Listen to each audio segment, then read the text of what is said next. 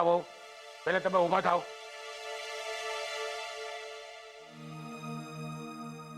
મારી વાત સમજો. નિયમો તોડવા માટે નથી ઘડાતા. તમારી વાત જાણું છું અદા, અને એટલે જ હું સૌથી પહેલા રાઘવભાઈના ઘરે મદદ માંગવા ગઈ હતી. પણ રાઘવભાઈ કે રાહુલ બેમાંથી કોઈ એ દુકાન ચલાવવામાં રાજીપો ના બતાવ્યો.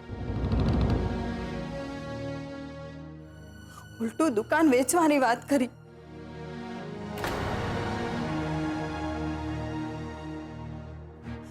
અને એનાથી પણ આગળ મને ભીખ માંગવાનું કહેવામાં આવ્યું.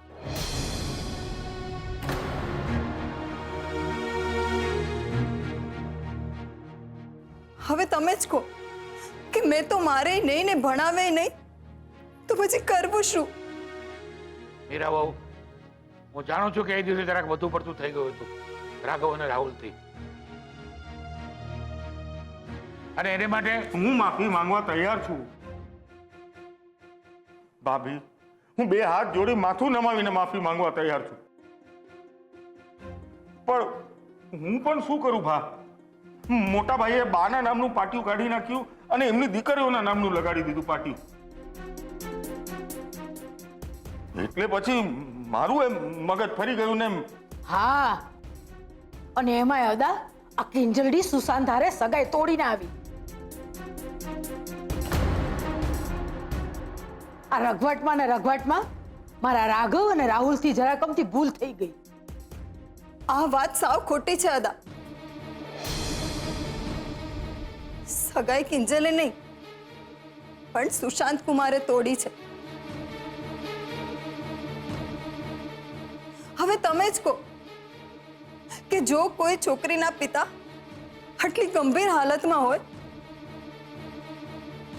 તો કઈ છોકરી 7 દિવસમાં લગ્ન કરીને અમેરિકા જવા તૈયાર થાય?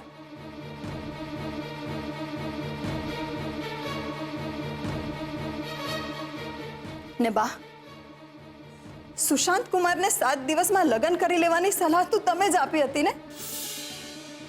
અરે વાહ મીરાવો, આ તો દયા ડાકરને કાંઈ એવું થયું. મને એમ કે મોહનની છાતી ઉપર 3 છોડીઓના ભારા છે તો એક ભાર હું ઓછો કરી દઉં. પણ મને હું ખબર, તમે તો મારું જ ગળું પકડવા આવ્યા. પ્લીઝ બા, તમે શું બોલો છો ને શું કરો છો એની તો ભીમજી અદાને પણ ખબર છે. પણ અત્યારે મારે આ વાત નથી કરવી. મારો મુખ્ય મુદ્દો માત્ર એટલો જ છે કે જો હું ઘર અને દુકાનની જવાબદારીઓ સ્વીકારવા તૈયાર છું તો પછી આટલી બધી ચર્ચાઓનો મતલબ શું છે? મતલબ છે છોકરી, કારણ કે આપણે જંગલમાં નહીં સમાજમાં રહીએ છીએ. સમાજ સચવાઈ રહે ને એના માટે કેટલાક નીતિ નિયમો પાળવા પડે છે. જો છોડી, નાથના નિયમ પ્રમાણે તું જો રાહુલને ગલ્લો નહીં આપે અને રસોડું નહીં સંભાળે તો દા છૂટકે મારે પંચ સમક્ષ મોહનને અને એના પરિવારને નાત બાર કરવાનું કહેવું પડશે.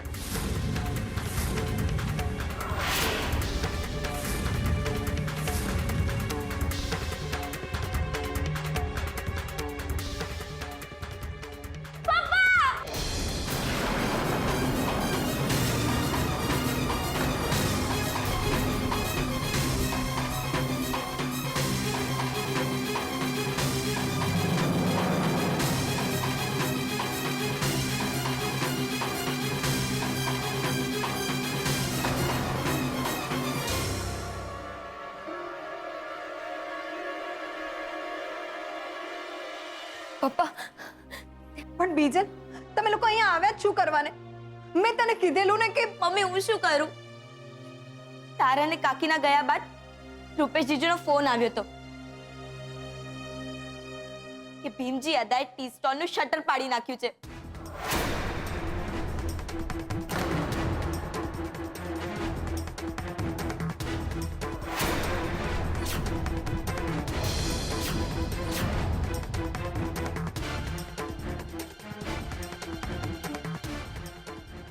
પછી પપ્પા મારું સાંભળે ખરા?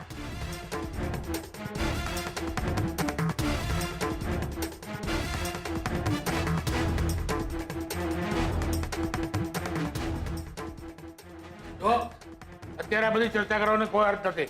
સરોજ બહુ તમે પાણી લઈ આવો. આવો.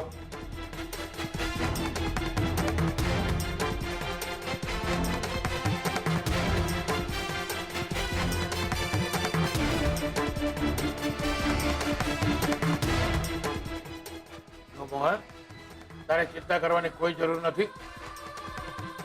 હવે હું આવી ગયો છું ને, બધું બરાબર કરી રાખીશ.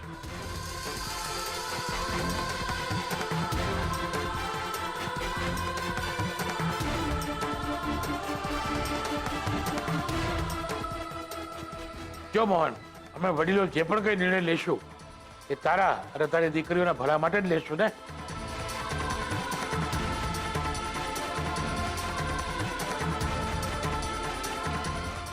લે પાણી લે.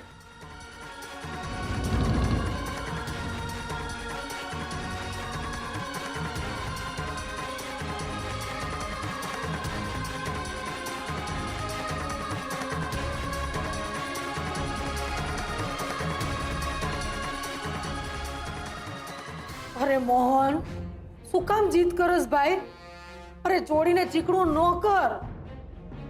બા, ચોળીને ચીકણું તો તમે બધા કરી રહ્યા છો.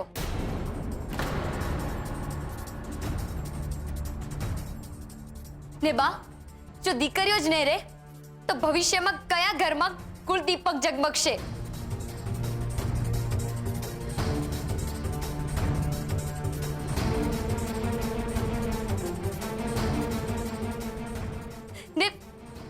ને અત્યારે વાત છે ટી સ્ટોલની.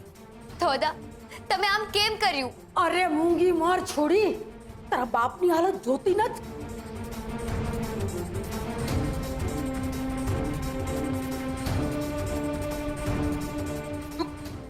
મોહન, હાથ જોડું છું બાપા તને. આમ આંગળી બતાવી બતાવીને તારી છોડીનો પક્ષ તાણવાનું રેવા દે. આ બધી મોકાણ છે ને તારી આ કિંજલડીના કારણે જ થઈ છે.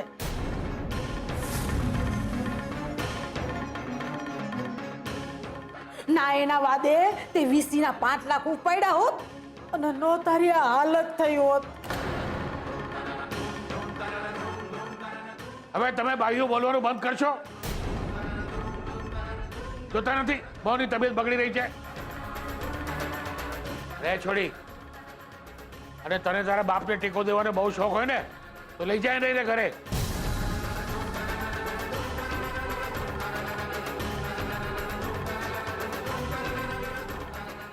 જો છોડી, તારા બાપની હાલત જો. હે મોહન, તું ચિંતા નહીં કર.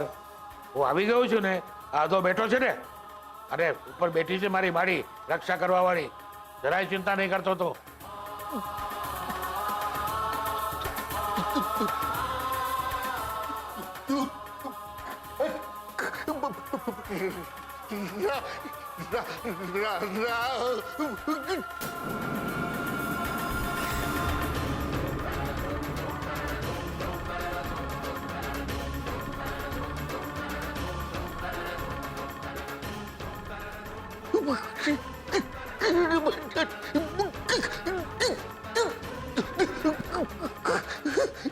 આનું કંઈ થઈ હગે એમ નથી. સંતોષીમાં કંઈક સદબુદ્ધિ આપ મારા દીકરાને. પપ્પા પ્લીઝ ચાલો અહીંયાથી, નહીં તો તમારી તબિયત વધુ બગડી જશે. ચાલો.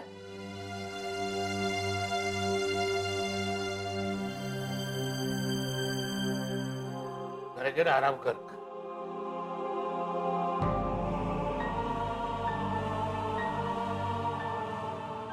હીરાબાઉ, હું તમારી હાજરીમાં દુકાનની ચાવી રાહુલના હાથમાં આપવા માંગુ છું.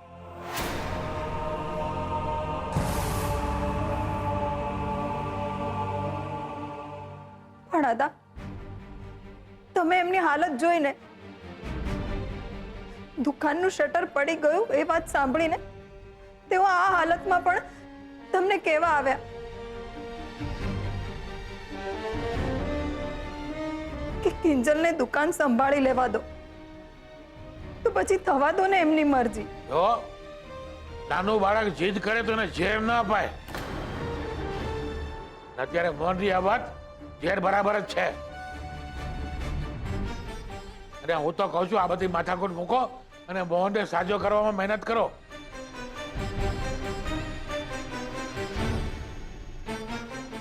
જો દૂધ અને દહીં બંનેમાં હાથ રાખવા જશો ને તો મોહનની તબિયત સુધરતા તો સુધરશે, પણ દુકાનને તાળા લાગી જશે. એટલે મારી વાત માનો અને રાહુલને દુકાન સંભાળવા દો.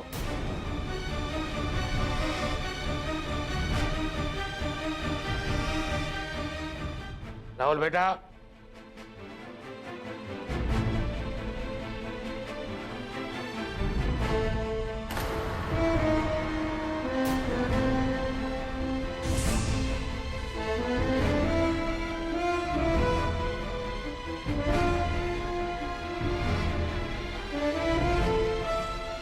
થેન્ક યુ અદા, પણ આ ચાવી તમારી પાસે ક્યાંથી આવી?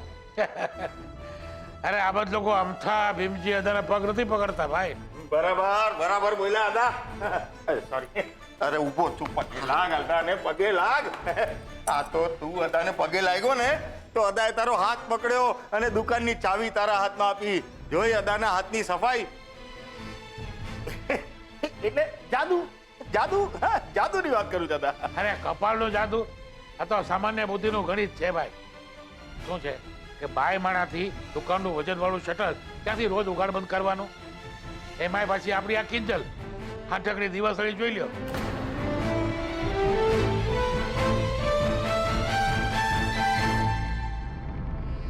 એટલે મને સમજાઈ ગયું કે દુકાનની ચાવી તો ઓલા ગુલાબ પાસે જ હોવી જોઈએ. બસ ખંખેરી રાખી બે ચાર પાખડીઓ ગુલાબની, એટલે ચાવી આપણી પાસે. અરે તો ઓલું બિચારું ગુલાબ મૂર્છાઈ ગયું હશે. કાં અદા? આ તો ભલે ને કર ભાઈ, એમાં આપણે શું છે? હા. એ સરોજ બહુ એમાં ઊભા હું છો?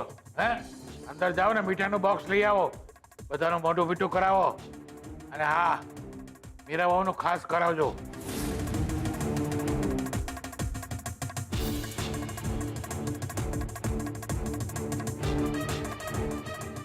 આજે આ ઘરના કુળદીપકને એનો હક મળ્યો છે. દીકરીઓને દીકરી હોવાનો બોધપાઠ.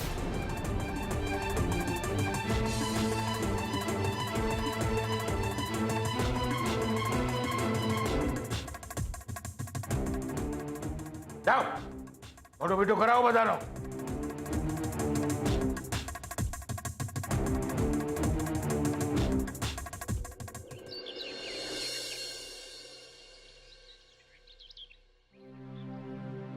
અરે અત્યાર સુધીમાં તો ભીમજી અદા અને ભવાનીબાએ મળીને કિંજલના હાથમાંથી દુકાનની ચાવી આંચકી લીધી હશે.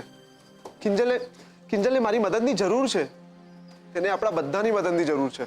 હું જાણું છું ઉત્કર્ષ, તું જે કહી રહ્યો છે એ બરાબર છે, પણ ક્યારેક ક્યારેક આપણે પરિસ્થિતિ સામે હથિયાર હેઠા મૂકવા જ પડે છે. અરે પણ આંખ સામે અન્યાય થતો હોય તો શું મૂંગા રહેવાનું હોય? કેમ? કારણ કે આપણે એમના ઘરના નથી?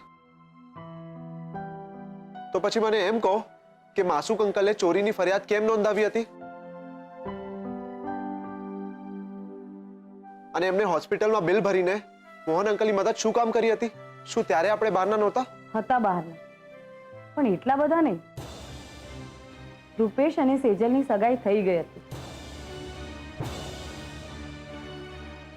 જ્યારે બેટા તું કયા હકે કિંજલ માટે લડવા કે બોલવા જઈશ? છે કોઈ સંબંધ, છે કોઈ નાતો તારા અને કિંજલ વચ્ચે? નહીં ને, તો પછી શું કામ તારે આગને હવા આપવી છે? અરે હું પણ એ જ સમજાવી રહ્યો છું ક્યારનો એને. મમ્મી, સેજલના પપ્પા જ્યારે હોશમાં આવ્યા અને તું એમને મળવા ગયો ત્યારે યાદ છે ને ભવાનીબાએ તને રોકતા શું કહેલું? તું ક્યાં જાસ? લાગે છે ડોક્ટરે તને કીધું નથી. અત્યારે દર્દીના ઘરના હોય ને એને જ મળવાનો ટાઈમ છે. જો ત્યાં લખ્યું છે પાટિયું માર્યું જ ને કે મુલાકાતીઓને મળવાનો ટાઈમ 11 થી 1 નો. તો હજી 11 નથી થઈ ગયા ને? ને ચાલ, તારી વાત એકવાર આપણે માનીને ત્યાં જઈએ, પણ ત્યાં જઈને કહીશું શું? કે ગુલાબે ફોન કર્યો તો ગુલાબનું આવી ના બને? અરે ઓલો રાહુલ તો ગુલાબને પીખી નાખશે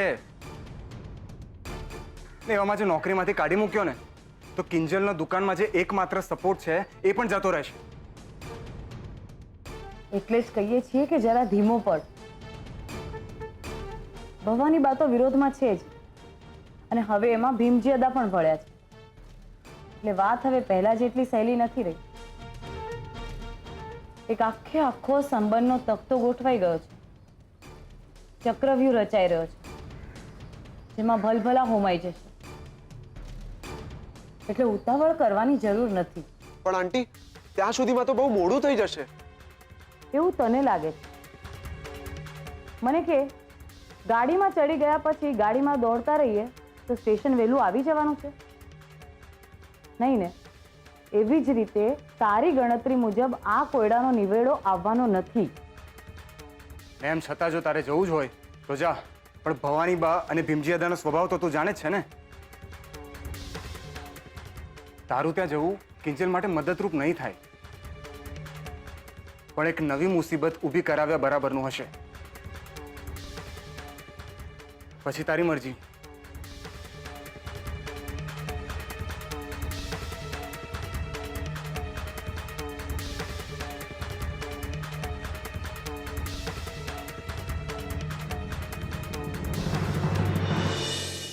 શું આટલી મોટી રામાયણ થઈ ગઈ અને તમે લોકોએ મને જાણ પણ ના થવા દીધી? સેજલ દીદી,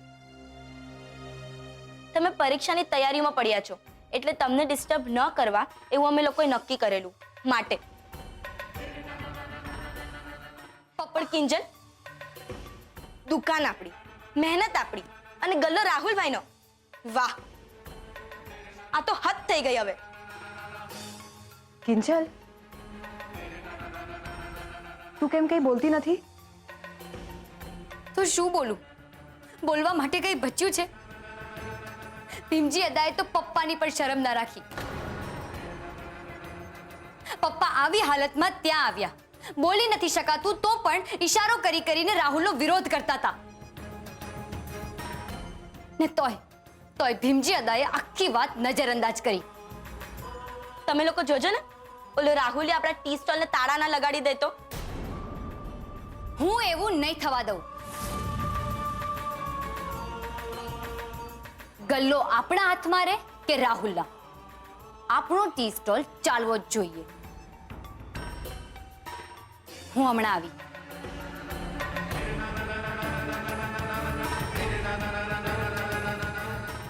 બીજલ, આ ક્યાંક રાઘવ કાકાને ઘરે તો નહીં ગઈ હોય ને?